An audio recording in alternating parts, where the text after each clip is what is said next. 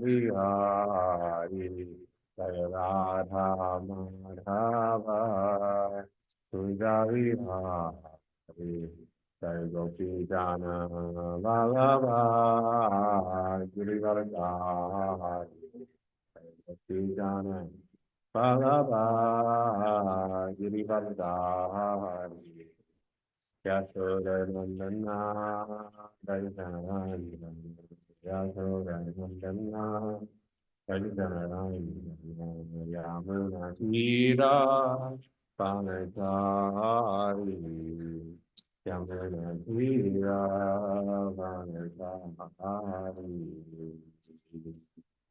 Jaya Radha Madhava, Gita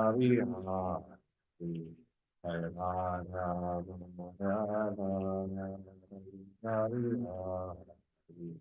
Jai Gopi Jana Vallabha, Girivardhari, Jai Gopi Jana Vallabha, Girivardhari, Yasodhanandana, Brajajanandana, Yasodhanandana, Brajajanandana, Yamunatira, Manachari, Yamunatira, Manachari, Jaya Radha Madhava, Jabihari, Jaya Radha Madhava, Jabihari, Jai Gopi Jana Vallabha, Girivardhari, Jai Gopi Jana Vallabha, Girivardhari, Yasodhanandana, Yasodhanandana, Yasodhanandana, Yasodhanandana, Yamunatira, Manasari, Yamunatira, Manasari,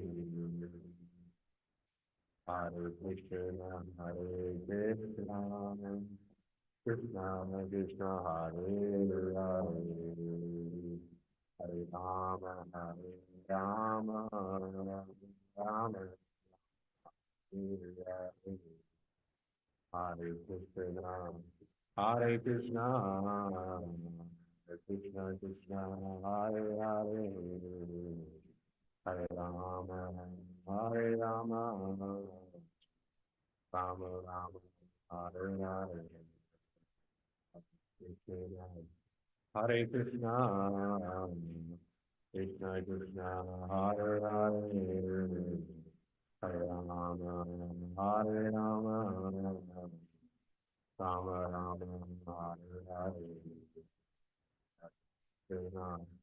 Hare Krishna, Krishna Krishna, Hare Hare, Hare Rama, Hare Rama,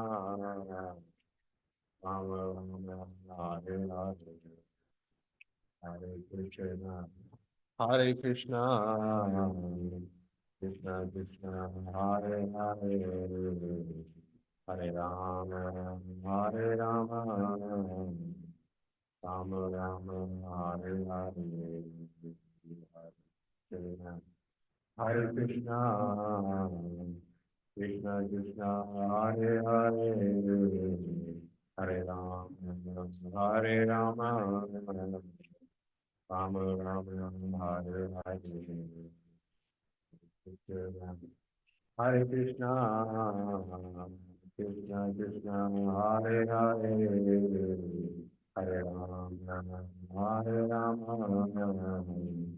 Rama Rama, Hare Hare, Hare Krishna, Hare Krishna, Krishna Krishna, Hare Hare, Hare Rama, Hare Rama, Rama Rama,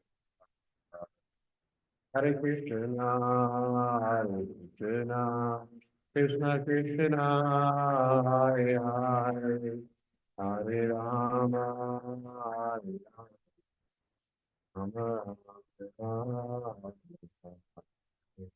Hare Krishna, Hare Krishna, Krishna Krishna Hare Hare Hare Rama Hare Rama Rama Rama Hare Hare Hare Krishna Hare Krishna Krishna Krishna Hare Hare Hare Rama Hare Rama Rama Rama Hare Hare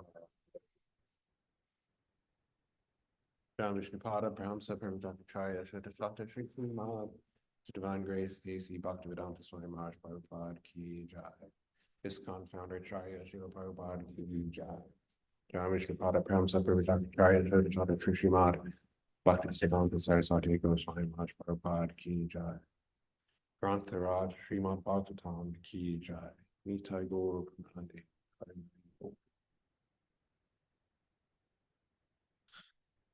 Reading from Srimad Bhagavatam, Canto 6, Chapter 1, titled The History of the Life of Ajmer. Text number 30. Ishamya Mirya Manasya Mukato Hari Kirtanam Bhakturnama Maharaj Prashada Sahaspatan Mishamya Miryamanasya Mukato Hari Kirtanam Bharturnama Maharaj Parshada Sahasapatan Mishamya Miryamanasya Mukato Hari Kirtanam Bharturnama Maharaj Parshada Sahasapatan Mishamya, hearing, Miryamanasya, of the dying man, Mukata, from the mouth, Hari Kirtana, chanting the holy name of the Supreme Personality of Godhead, Bhartu Nama, the holy name of their master, Maharaj, O King, Parshada, the order carriers of Vishnu, Sahasa, immediately, Apatan, arrived. Translation and purport applies Divine Grace, A.C. Bhaktivedanta Swami Prabhupada, Srila Prabhupada Ki Jai. My dear King, the order carriers of Vishnu, the Vishnu Dutas, immediately arrived when they heard the holy name of their master from the mouth of the dying Ajmer, who had certainly chanted without offense, because he had chanted with complete anxiety. Purport. Srila Vishwanath Chakravarti Thakur remarks, Hari Kirtanam Nishamya Patan Katam Bhutasya Bhartunama Bruvata. The order carriers of Lord Vishnu came because Ajmer had chanted the holy name of Narayan. They did not consider why he was chanting. While chanting the name of Narayan, Ajmer was actually thinking of his son. But simply because they heard Ajmer chanting the holy name, the order carriers of Lord Vishnu, the Vishnu Dutas, immediately came for Ajmer's protection. Hari Kirtana is actually meant to glorify the holy name, form, pastimes, and qualities of the Lord. Ajmer, however, did not glorify the form, qualities, or paraphernalia of the Lord. He simply chanted the holy name. Nevertheless, that chanting was sufficient to cleanse him of all sinful activities. As soon as the Vishnu Dutas heard their master's name being chanted, they immediately came. In this regard, Srila Vijayadvajatirtha remarks, Anena putra sneham antarena prachin drishta balad udbhutaya bhaktya bhagavan nama sakirtanam kritam iti jnayate. Ajmer chanted the name of Narayan because of his excessive attachment to his son. Nevertheless, because of his past good fortune in having rendered devotional service to Narayan, he apparently chanted the holy name in full devotional service and without offenses. Om Ginachanamandasya Kinanchana Shvakaya Chakshmatuyana Tasmai Shri Gurave Namah. Jai Shri Krishna Chaitanya Prabhu Nityananda Shri Advaita Gadadhara Shri Sadguru Bhaktivedanta. Hare Krishna, Krishna Krishna, Hare Hare, Hare Rama, Rama Rama, Hare Hare. So we're continuing in our reception of the biography of Ajmil, and we are getting to, in some sense, the climax of the story. In the last verse, we heard about three very fierce-looking persons coming to take the subtle body of Ajmil from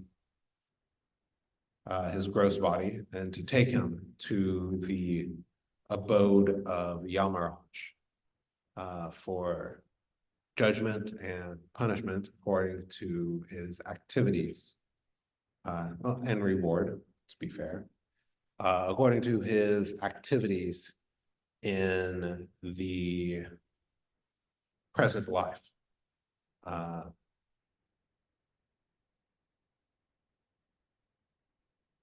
And one can actually, even just as a interesting note, there are current accounts of near-death experiences which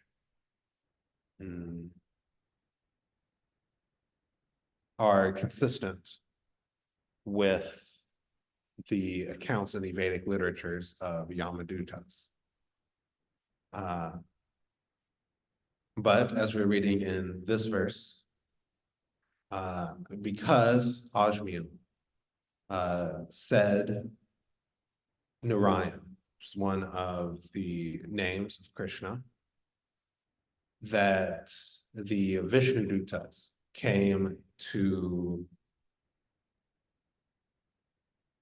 stop the servants of Yamaraj from performing their task. And as we will read in the later verses, this starts a rather philosophical debate about punishment, dharma, what is the supreme, etc. And Ajmil triggered this set of circumstances because of chanting one of Krishna's names. And as it is mentioned in many of the purports for this chapter, that Ajmil did not mean to chant the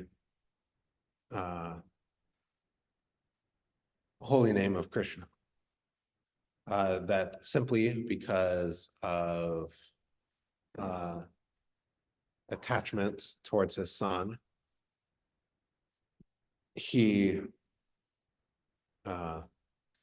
called out the name that he had given his son, which was a Vaishnav name, or at least the name of the Lord Vishnu. And even in doing so, the power of the holy name acted. Because one does not have to even consciously chant the holy name in order to have its benefits. If one chants the holy name referring to something else in a joking manner, accidentally, just by simply having the right combination of words or sounds, that give one the correct name, it all acts. So even, somebody sees the devotees passing by and says, oh, those are the Hare Krishnas. Or even, might tell their child, oh, these are the Hare Krishnas, don't mess with them or don't get involved with them. They're getting benefited. Actually, I remember a story that my dad told me from when he was a kid.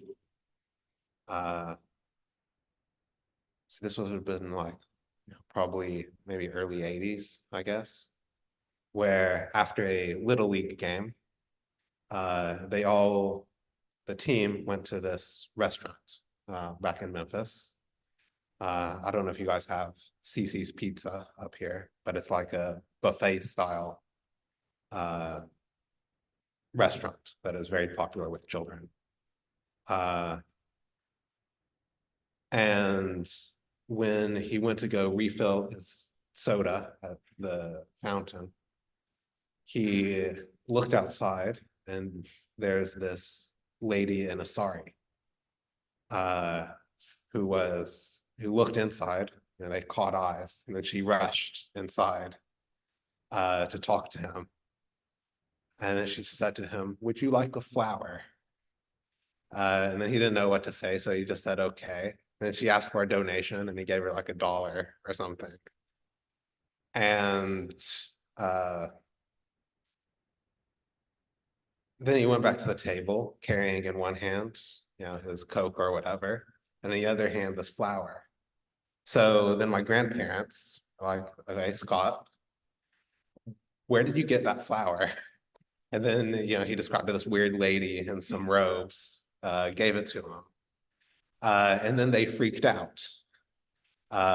Because of course the propaganda back then was that the Hare Krishnas were a dangerous cult that'll brainwash you, and you had to stay out until you couldn't go to sleep or couldn't go home until you got a certain amount of money and all of these things. And they even called over the manager and yelled at him and everything. And they explained to my father, however poorly, what the Hare Krishnas were. And just by that chanting of Krishna, Krishna, Krishna, there was actually benefit. Because even if done in a way not meaning to indicate the Supreme Personality of Godhead,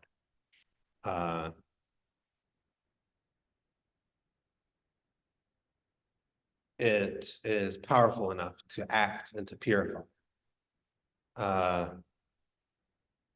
There's several pastimes where different acharyas, mainly Prabhupada and Bhaktisiddhanta Saraswati Thakur, whenever they got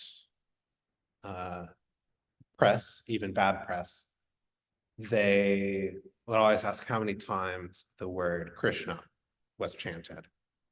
And even if the article wasn't so favorable, if they kept saying Krishna, Krishna, Krishna, then he's like, the article's okay.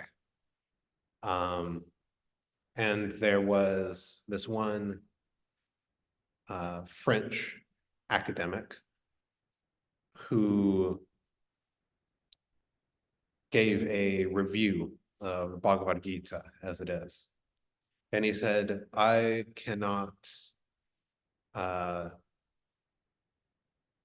in good conscience, give my stamp of approval to this translation because Prabhupada has added words into his translation.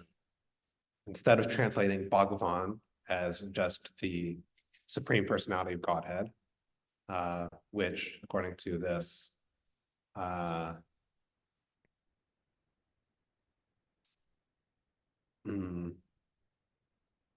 intellectual, was a all right translation. But he said instead of just leaving it there, he always said the Supreme Personality of Godhead, Krishna. He's added in the word Krishna everywhere in his translations. And when Small Krishna Maharaj read this review to Prabhupada, Prabhupada said, yes, this academic has figured out what I'm doing. I'm adding Krishna everywhere. Because the more and more people hear about Krishna, the more they will be purified. Lord Chaitanya said once when he was asked, what is a Vaishnav? Who's a Vaishnav? How can we tell?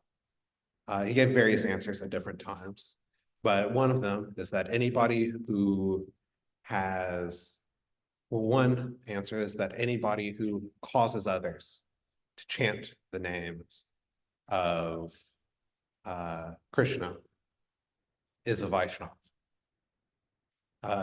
Sometimes, especially in academic circles, we might refer to ourselves as Vedantists or followers of Vedanta philosophy,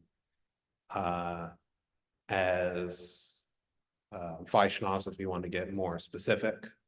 And certainly, if you're in an academic setting doing academic philosophy, that is perhaps a more appropriate register to speak in. But colloquially, we're not known as Vedantists or even Vaishnavas, we're known as the Hare Krishnas. So everywhere we go, we are causing people to chant the names. And another answer that Lord Chaitanya gave was that anybody who has chanted the names of Krishna even once should be considered a Vaishnava. And this is a very wide net, actually. And interestingly, interesting side effect or an interesting aspect of this definition is that one can then not stop being a Vaishnava, because if one has once chanted the holy name seriously, then one is always, one has always done that. One cannot change the past, obviously. And this ties in with the fate of the unsuccessful yogi, as discussed in the Bhagavad Gita. This is a rather well-known part of the Bhagavad Gita, where Arjuna asks Krishna, these yogis, they give up the material, the path of material advancements. What today might look like getting degrees, getting a job, trying to be promoted. And so they have given up that side. And if they fail the other path, the path of yoga, then do they also, are they just the loser in both ways? Have they wasted their time? Have they wasted their life?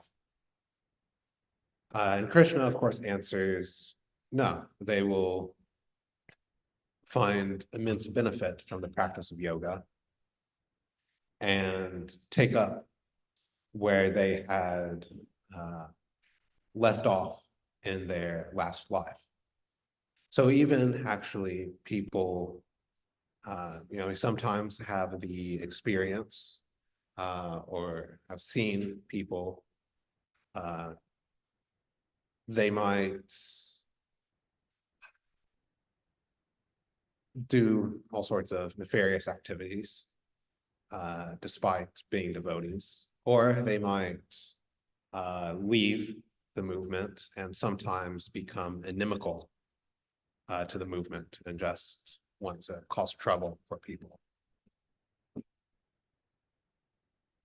But according to this definition, they are still Vaishnavas. And actually in their next life, at the latest, maybe even later in this life, they will have a chance to rectify those anarthas that cause them to do these things. And of course, they will have to have reactions for any offenses that they might have uh, performed against other devotees. But any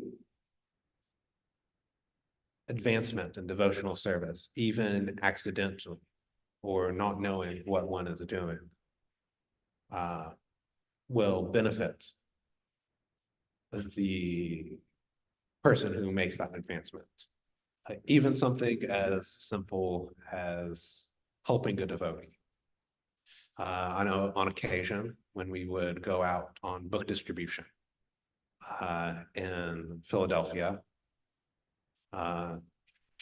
we would generally and many times take the train. We had a stop right by our house to get on the L. And I'm sure those of you who have lived in cities might have had the experience of rushing to get a train before it leaves the station. And of course, the train can't take off before all the doors are closed. So sometimes people would, put out their hand and stop the door from closing if they see somebody running to get the train. And on occasion, if we were running late or something like that, or just happened to be there at that specific moment, somebody would be very merciful and put out their hand and stop the door from closing in order to let us get on the train and, unbeknownst to them, go preach Krishna consciousness. That was devotional service. Even, just thinking of being nice to these, two people running, trying to catch their train with their roller backpacks. That was a Gyata Sukriti, unintentional devotional service. And they'll be given the chance, either in this lifetime or in future lifetimes, to continue that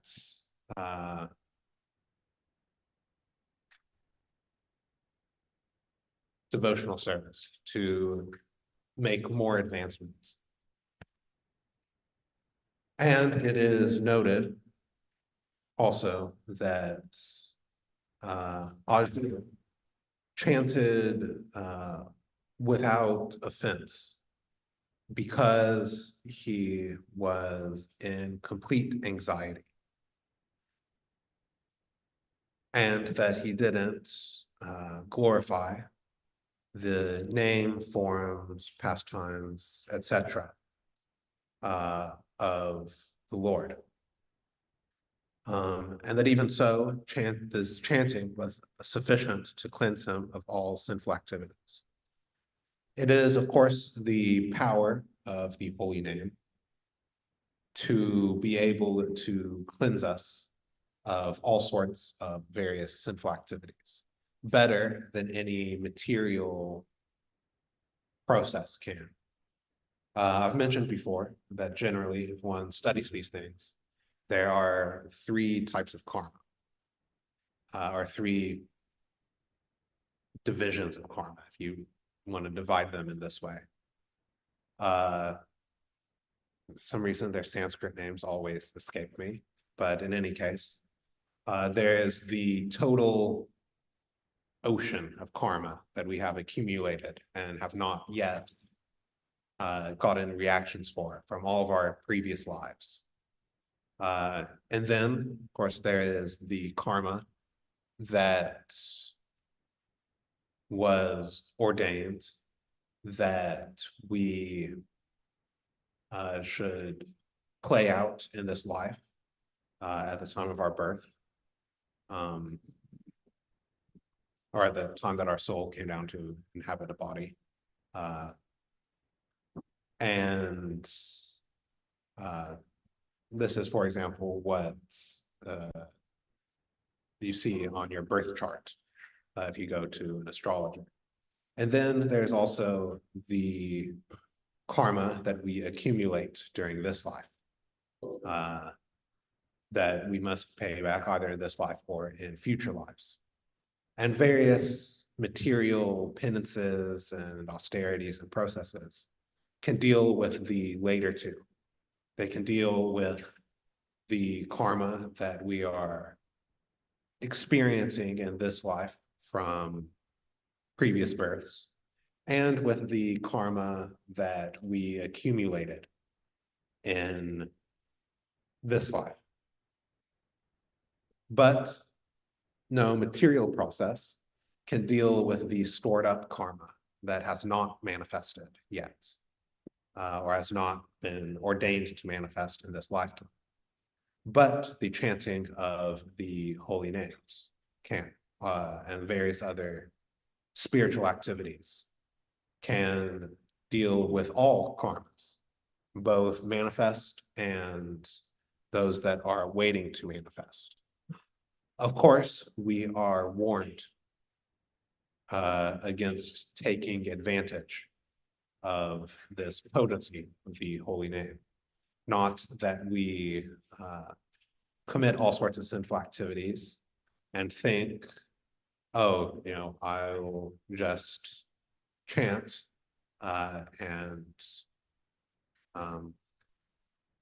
deal with them, and then I'll go back to more simple activities.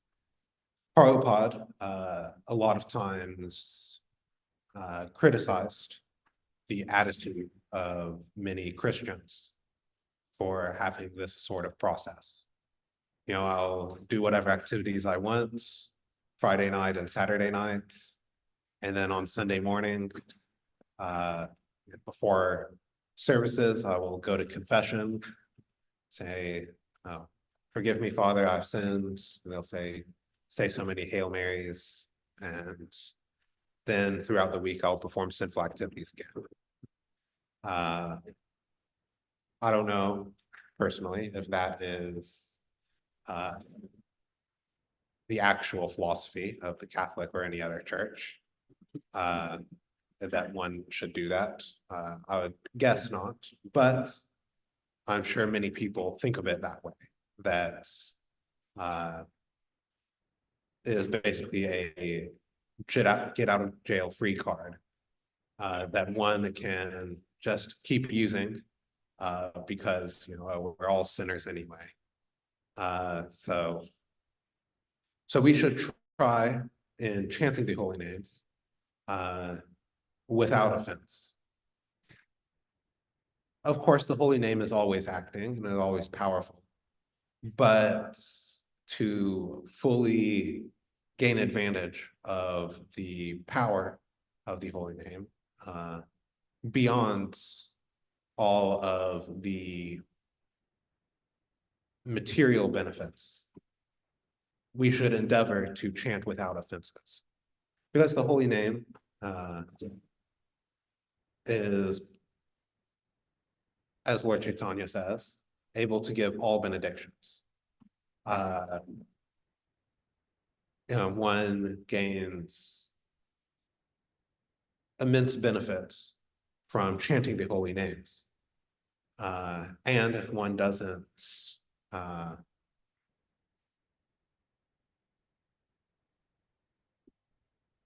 complete the process of bhakti, complete the perfection of life, then in future lives, one may get a very prominent position, very advanced position, either as a rich person, a very powerful person, maybe as a demigod, due to one's activities. But the chanting of the holy name is even beyond pious activity. It is meant to give love of Krishna. And to do that, to actually gain the full potency in that regard, one must chant without offenses. There are considered to be 3 stages of chanting the holy name. There is, of course, Namaparad, Namabas, and pure chanting, where one is chanting with offenses, and then chanting without offenses, and chanting with pure love. Pure love is, of course, the perfection of chanting. But perhaps many of us are not at that level yet.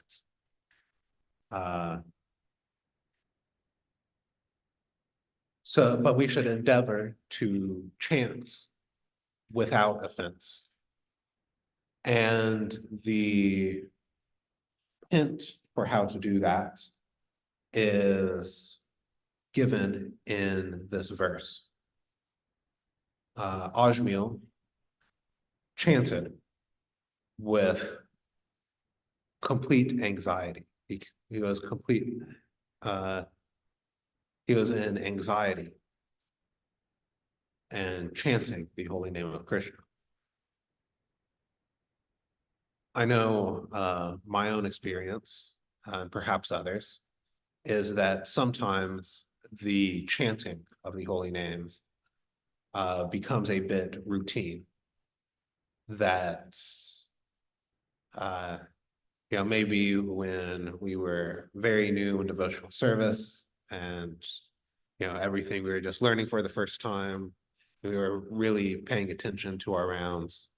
But some days that might still be the case, and in other days, of course, we chant, but it's, oh well, I made a vow before the fire and the deities and spiritual master that I will chant so many rounds of the Maha Mantra, so I should chant them. But my mind is on my service, on whatever problems I'm having in my life, on the past, on the future, on whatever else other than the holy name. We are not chanting in anxiety.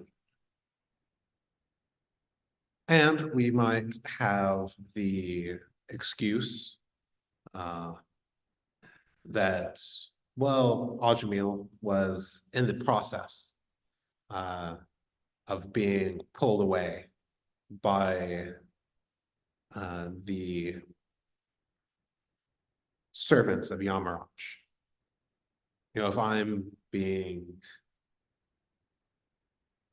arrested by the servants of the king of death, or even by, an ordinary police officer, I might be in such anxiety that I will chant the holy names with proper intention and with proper feeling. But the truth is, we are always being carried away by the servants of Yamaraj. In a conversation, or there's a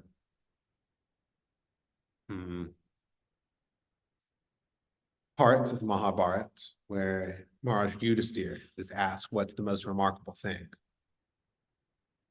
And he answers is that we all have experience that everybody dies. We might have older relatives that die naturally due to old age, or perhaps even younger relatives, or friends or acquaintances who've died due to disease, accident, or even malice. But that we don't think that it'll happen to us. Or we might know on an intellectual level, yes, we're all going to die one day. But on an actual experiential level, on actually knowing, on actually feeling, we think, oh, I have time. We don't think of ourselves as dying. But actually, we are all being taken away in one way or the other by the servants of Yamaraj. We don't know how much time we have left. Maharaj Parikshit until he was cursed, did not think he had only 1 week left to live. And at any point, there might be danger or disease or accident or any such thing. So we should try to chant in the same way that Ajmil chanted, be in anxiety to serve Krishna. Of course, we should chant knowing the object of the mantra that we are chanting, or the names that we are chanting, not that we refer to another thing or another person by this name.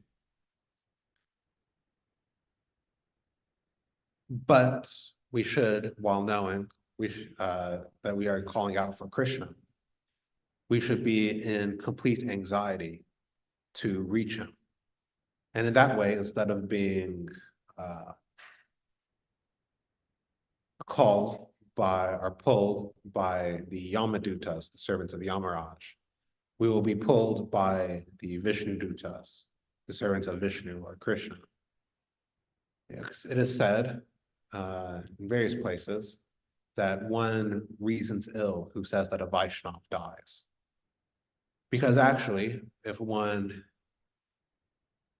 is fully attached to Krishna without any contamination of the material energy, one simply sees death as a change in service.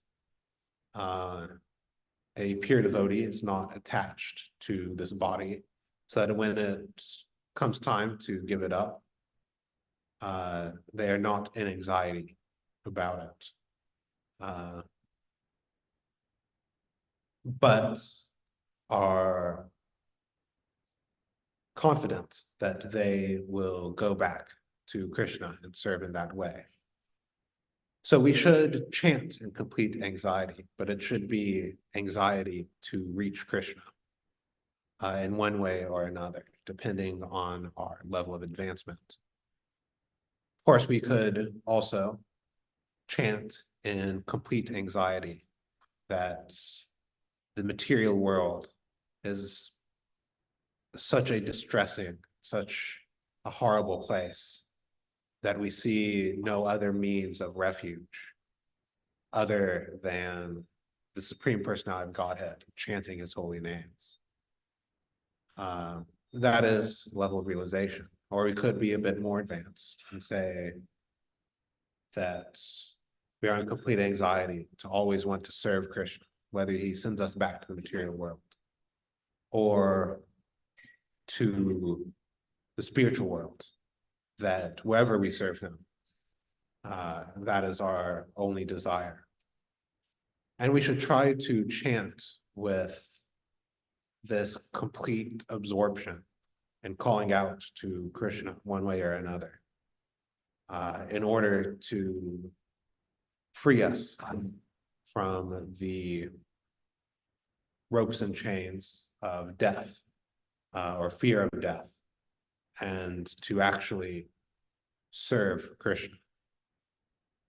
So I'll stop here. If there are any comments, questions, etc. Yes, thank you for the class, Prabhu. Can you hear me? Yes, I can. My question is kind of twofold. It's encouraging to hear that if anyone wants chance, as we know, the name Krishna, they're a Vaishnava. That's one of the definitions that Chaitanya gave. And I was kind of curious because you made a good point, or a good argument that you can't change the past, but I'm wondering if there's something that you can do, that you could do, and then that would make you not a Vaishnava. Like if you do this, then you're not a Vaishnava, and it like counteracts or something. But in a similar side of that, there was like a question going alongside of uh, I can't remember right now. I'll think about it. So according to, I guess from my understanding, according to the strict definition that, Lord Chaitanya gave, if one has once chanted, one is always a Vaishnava. So in some sense, in a lot of places in Bhakti, there's kind of an absolute definition and a social definition. Socially, of course, one can stop being a Vaishnava. One can go away and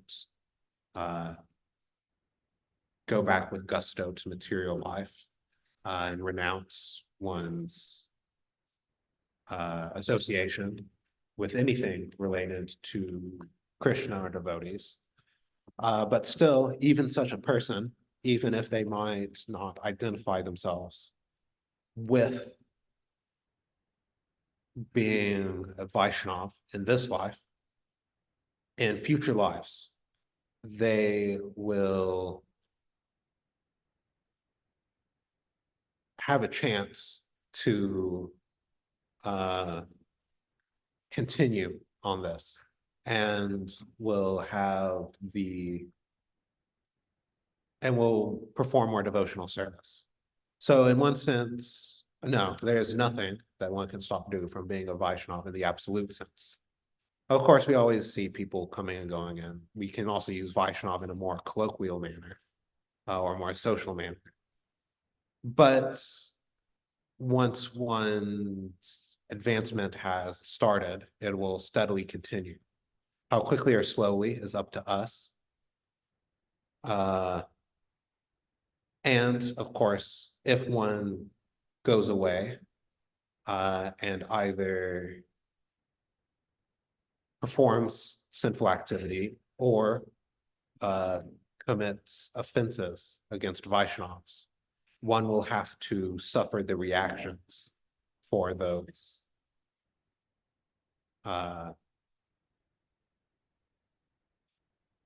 activities.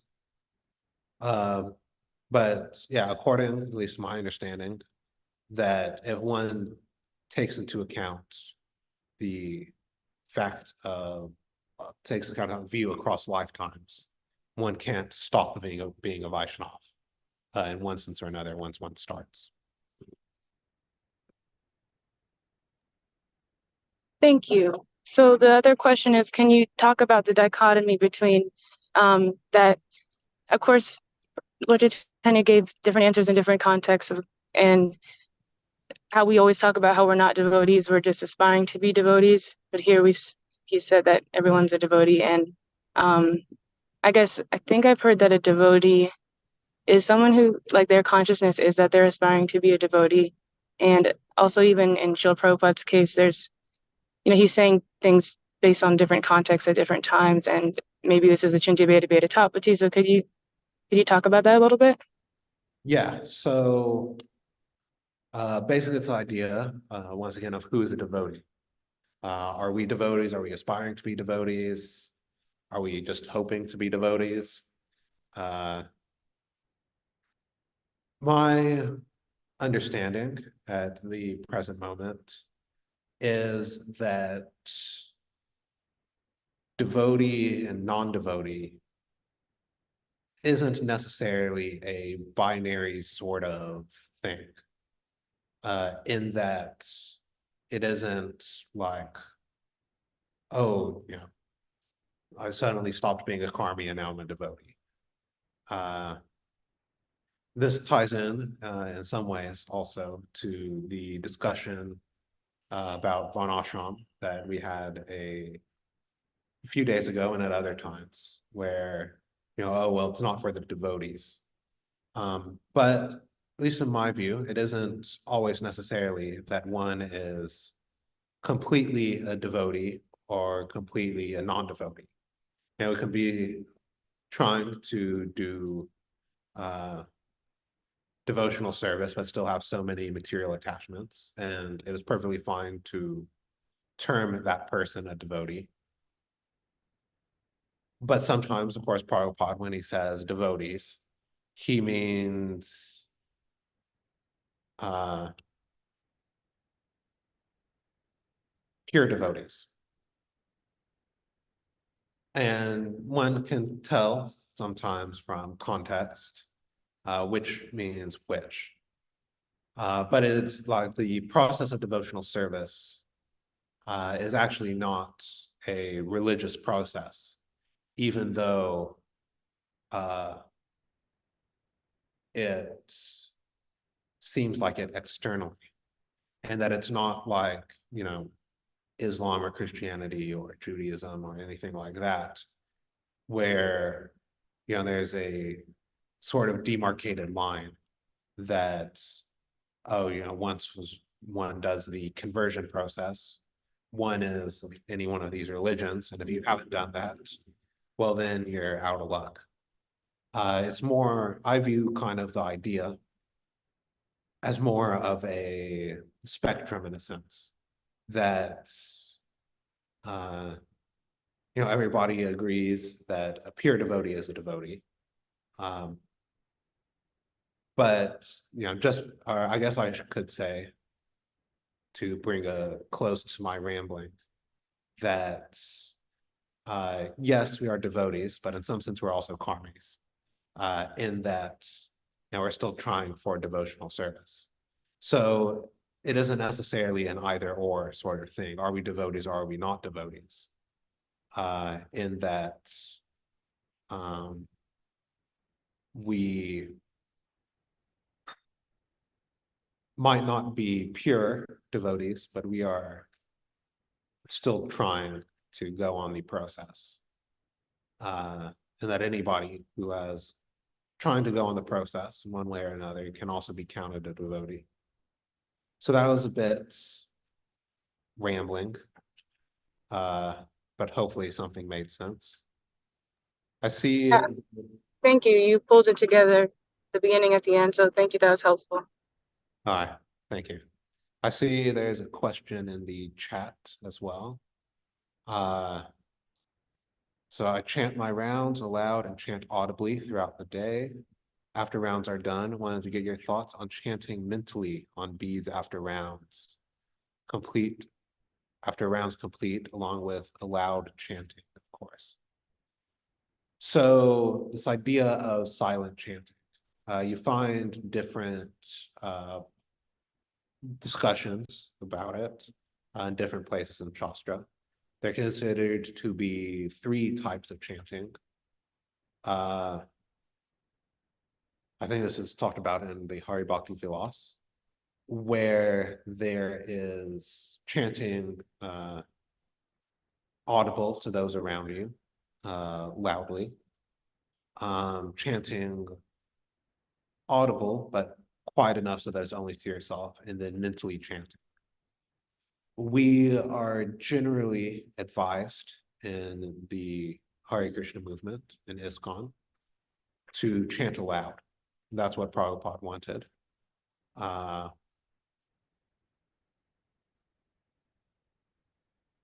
course, sometimes, for example, the Gayatri mantras, we chant mentally, but he generally advised that one chants the Hare Krishna mantra audibly. My own personal view on it is that, if one's chanting extra rounds, there isn't necessarily anything wrong per se with just chanting them mentally. But of course, one has to be sure that one is actually focusing on chanting the mantra. And this is true either if one is chanting out loud or in the mind.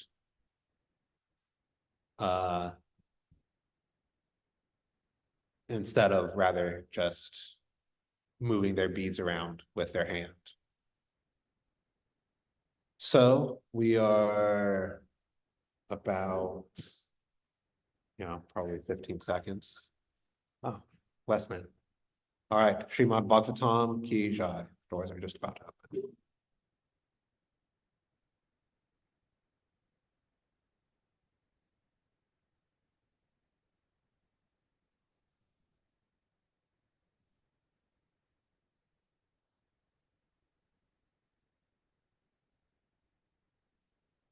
Vishiyata Damodar ki jai.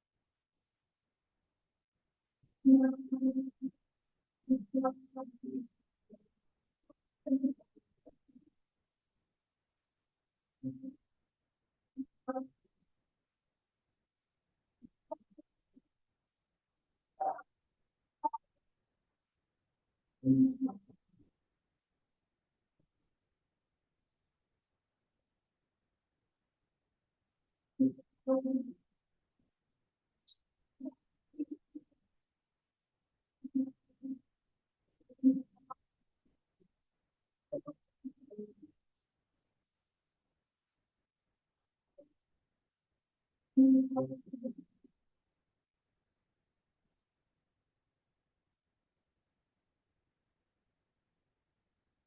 Radha Sudara Raja Damodara Sri Radhe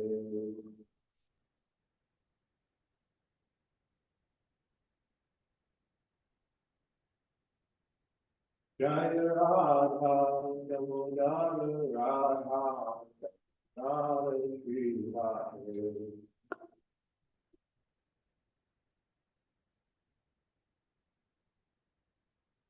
Jaya Lalita Vishakta Lalita Vishakta Sri Radhe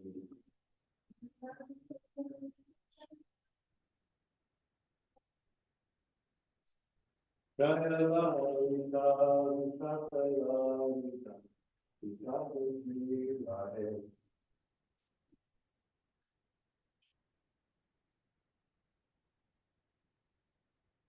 Jaya Nitai Gora Sundar Nitai Gora Sundar Gora Hari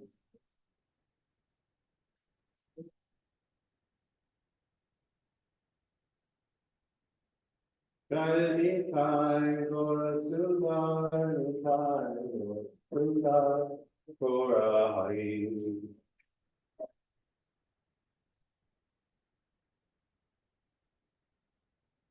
Jaya Jaya Prabhupada Prabhupada Prabhupada Jaya Jaya Prabhupada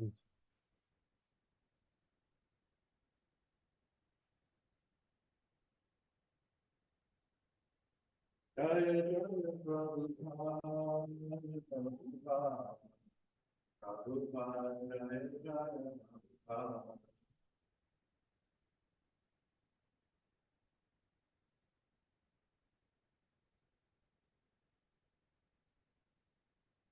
Guru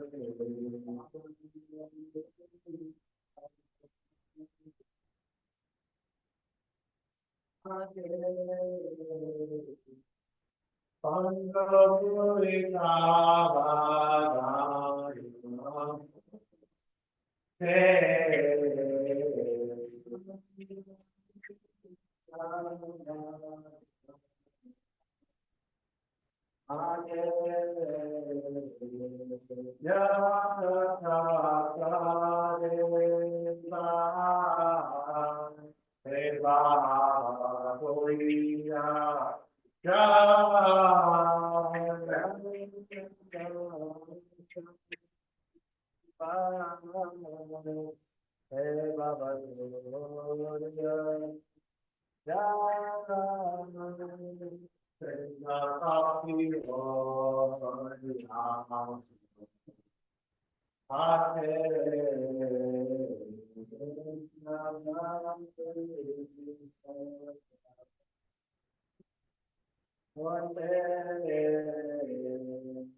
Krishna Bhakti Hoya